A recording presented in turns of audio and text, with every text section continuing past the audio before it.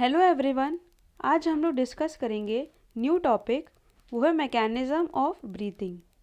Mechanism of breathing हम सभी को पता है कि एक प्रोसेस है जिसमें दो पार्ट होते हैं। वो होता है इंस्पिरेशन और दूसरा होता है एक्सपिरेशन। उन दोनों को मिला के हमारा बनता है रेस्पिरेटरी साइकिल। जो इंस्पिरेशन होता है उसमें कुछ वॉल्यूम चेंजेस होते हैं, उसमें कुछ प्रेशर चेंजेस होते हैं, और जो मसल इन्वॉल्व होता है वो अलग होता है as compare to expiration.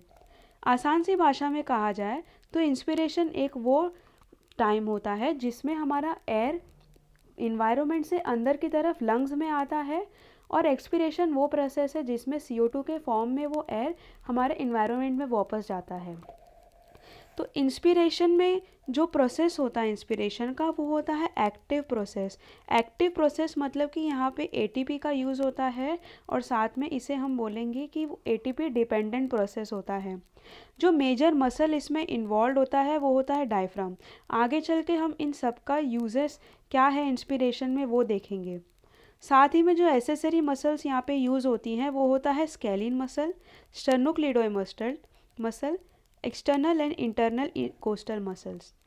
Expiration जो होता है वो पैसिव प्रोसेस होता है रेस्ट पर जब एक्सरसाइज करते हैं तब rectus abdominis, transverse abdominis, internal intercostal muscles, इन सब का यूज़ होता है एक्सपीरेशन में।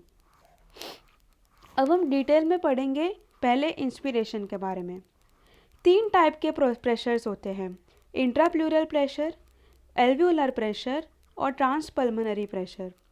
जो इंट्राप्लूरल प्रेशर होता है वो होता है चेस्ट वॉल और लंग्स के बीच में जो प्रेशर होता है उसे हम इंट्राप्लूरल प्रेशर कहते हैं। अब ये इंट्राप्लूरल प्रेशर क्या होता है, हमेशा नेगेटिव रहता है, चाहे रेस्ट हो, चाहे एक्सपिरेशन हो, चाहे इंस्पिरेशन हो। बस वो कम ज़्यादा भले होगा लेकिन हमेशा नेगेटिव रहता है। इसमें क्या होता है, जब लंग्स अंदर की तरफ खिंचावट होती है, फोर्स जो होता है वो लंग्स में अंदर की तरफ होता है, और जो रिब्स होते हैं उसमें आउटवर्ड प्रेशर होती है। तो इन दोनों के स्ट्रेचिंग के वजह से यहाँ पे वैक्यूम डेवलप होता है, और वो वैक्यूम क्या होता है, हमेशा नेगेटिव होता है। और जब हम बात करेंगे इंस्पिरेशन के टाइम पे ये जो प्रेशर होता है वो और भी ज़्यादा कम हो जाएगा, नेगेटिव हो जाता है। कितना हो जाएगा, -6 mmHg, जो कि हम बोलेंगे more negative means -8 centimetre H2O के हिसाब से। अब हम बात करेंगे एल्वियोलर प्रेशर, वो भी कम हो जाता है। Alveolar pressure means pressure in the alveoli, वो होगा -1 सेंटीमीटर H2O। और ट्रांसपल्मोनरी प्रेशर वो प्रेशर है जो हमें एल्वियोलर प्रेशर और इंट्राप्लूरल प्रेशर के डिफरेंस में मिलता है, वो भी डिक्रीज़ होगा इंस्पिरेशन के टाइम पे। नेगेटिव मीन्स पुल, जब जब नेगेटिव होगा, प्रेशर कम होगा, वो चीज़ों को अपनी तरफ अट्रैक्ट करेंगी, मीन्स खींचेगा, खिंचावट लाएगा। तो negative pressure means pulling pressure, जितना कम होगा प्रेशर उतना पुल ज़्यादा होगा। तो ये जो इंट्राप्लूरल प्रेशर है वो किस किस चीज़ पे डिपेंड करेगा। सबसे पहले इलास्टिसिटी, हमारा लंग कितना ज़्यादा इलास्टिक है, मीन्स रिकॉइल फोर्स उसमें कितना ज़्यादा है, एक टाइम डिस्टेंट होने के बाद उसमें इलास्टिसिटी कितनी है। साथ साथ में सरफेस टेंशन जितना कम मीन्स सरफेक्टेंट उतना ज़्यादा हो रहा है, सरफेक्टेंट ज़्यादा है मीन्स उतना ज़्यादा डिस्टेंसिबल हो रहा है, जितना ज़्यादा डिस्टेंसिबल है उतना ज़्यादा कंप्लायंट है लंग, हम बोल सकते हैं उतना ही लंग कंप्लायंट है। उसकी वजह से जो थोरैसिक कैविटी का वॉल्यूम है वो बढ़ जाएगा। और साथ ही साथ में किस पे डिपेंड करेगा, इलास्टिसिटी और चेस्ट वॉल की इलास्टिसिटी, लंग्स की इलास्टिसिटी, साथ में सरफेस टेंशन की इलास्टिसिटी, ये सारा मिल के हमारा थोरैसिक कैविटी के वॉल्यूम को बढ़ाएगा। तो ये लाइन बहुत ज़्यादा ज़रूरी है कि as it become more negative, as the pressure becomes more negative, it pulls the air from high pressure environment towards the low pressure of the lungs. To make it more negative, contributed by the diaphragm as well as the external intercostal muscle. तो जो हमने muscles के बारे में पढ़ा, ये सारी muscles क्या करेंगी, जो प्रेशर है उसे और भी ज़्यादा नेगेटिव लाने की कोशिश करेगी, और भी कम करने की कोशिश करेंगी, ताकि वॉल्यूम है वो बढ़े, और जो एयर है इन्वायरमेंट के हाई प्रेशर से जो एयर है वो हमारे लो प्रेशर लंग्स में आ सके। तो ये होता है हमारा इंस्पिरेशन। अब हम देखेंगे कि एक्सपिरेशन में क्या होता है। एक्सपिरेशन में वापस से वो इंट्राप्यूलर प्रेशर अपने ओरिजिनल वैल्यू में आ जाएगा, मीन्स प्रेशर वापस से बढ़ जाएगा। जितना इंस्पिरेशन में था उससे प्रेशर वापस से इंक्रीज़ हो जाएगा। फिर एल्वियोलर प्रेशर क्या होगा, वो भी इंक्रीज़ हो जाएगा ताकि जो वॉल्यूम है वो कम हो सके। वॉल्यूम कम होगा, प्रेशर ज़्यादा होगा। अब जो एनवायरनमेंट के मुताबिक जो प्रेशर हाई था, अब एनवायरनमेंट में लो है, तो लो प्रेशर हमने सीखा कि लो से नेगेटिव चीज़ों को पुल करती है।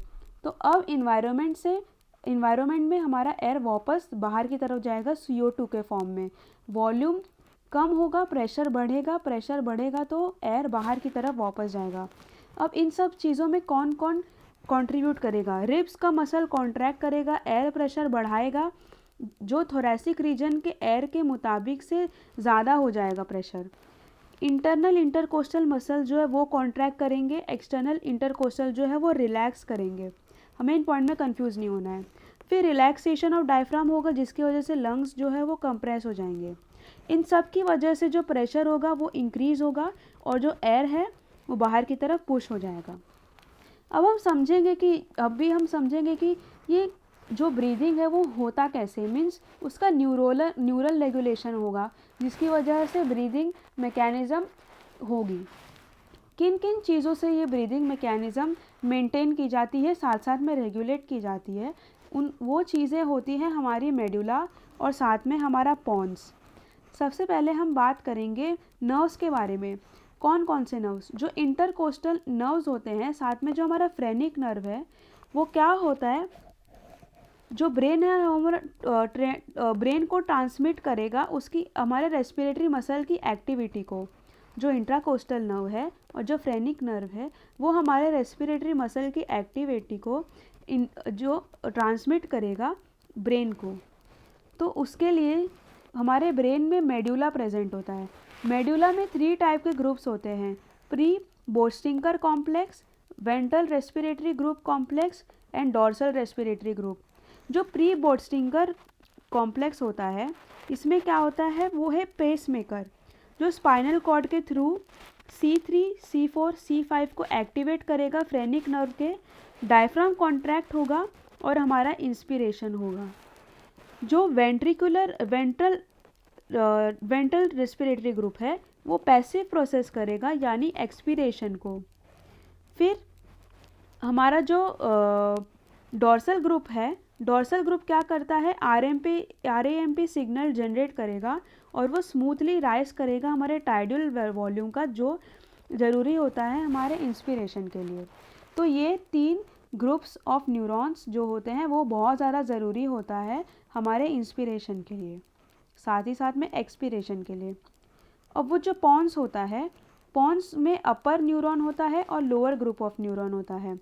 अपर न्यूरॉन क्या करता है, एक तरह से पॉन्स जो होता है वो रेगुलेटरी सेंटर होता है, सिर्फ हमारे एक्सपीरेशन और इंस्पिरेशन को रेगुलेट करता है।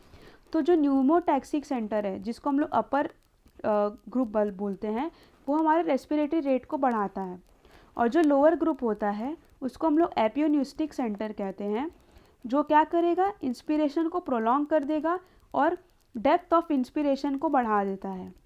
तो हमने यहाँ पे सीखा 2 चीज़ें, जो मेडुला है और जो पॉन्स है, वो दोनों ही चीज़ हमारे इंस्पिरेशन और एक्सपिरेशन को करवाती है। ये हो गया हमारा न्यूरल रेगुलेशन ऑफ ब्रीदिंग। तो ये था हमारा वीडियो मैकेनिक्स ऑफ ब्रीदिंग पे। अगर आपको ये वीडियो पसंद आए तो please like and subscribe my channel. Thank you.